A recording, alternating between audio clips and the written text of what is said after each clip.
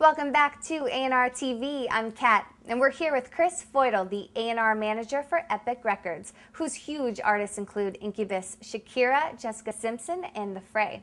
What do you like about what A&R Select does for independent artists? What I've noticed about A&R Select is that, they're taking a different approach rather than just a company that's saying, all right, send your song in and we'll send you back on a scale of 1 to 10, here it is, so as an artist, you get that, oh, my song's a 6, 7, now what do I do? Even if they say, my song's a 10, how do you know that that's really valid, or how is that going to help you as an artist? And I think what this company is doing, by offering different aspects of the business, like imaging and branding, and even getting, an artist business platform started by, showing them how they sell their songs on the internet and how they really get going is important, because you've got to brand yourself as a new artist, and with the amount of new artists, increasing all the time, and people trying to get in this business, it's important to be at the top of your game and, have a product that's ready to rock. And,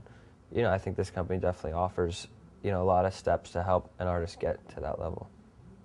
There are a lot of indie artists trying to make it in the industry. How many acts would you say you sign per year? Probably, if I had to say an average, I'd probably want to say maybe 8, because some years it's slimmer because of what we signed the previous years. So some years you might have 5 or 6, some years you might have 10 or 11, but it's usually around 8's the average, I'd have to say. What kinds of artists and genre of music are you looking for right now?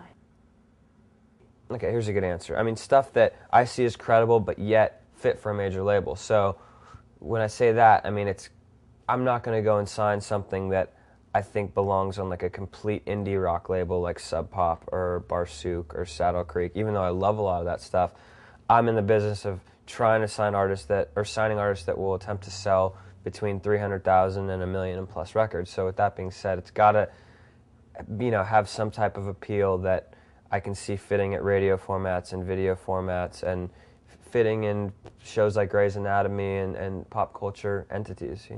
How important is an artist's image in the equation of things when you're looking to sign them?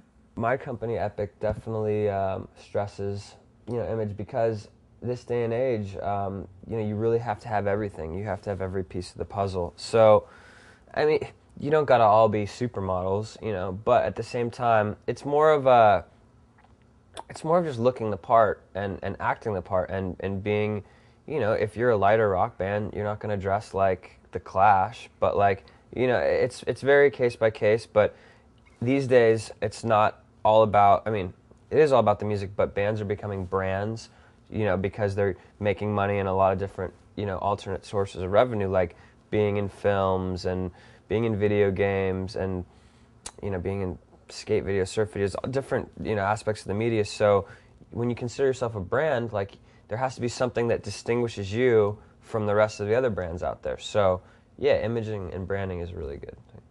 When you're considering an artist, what type of things do you look for?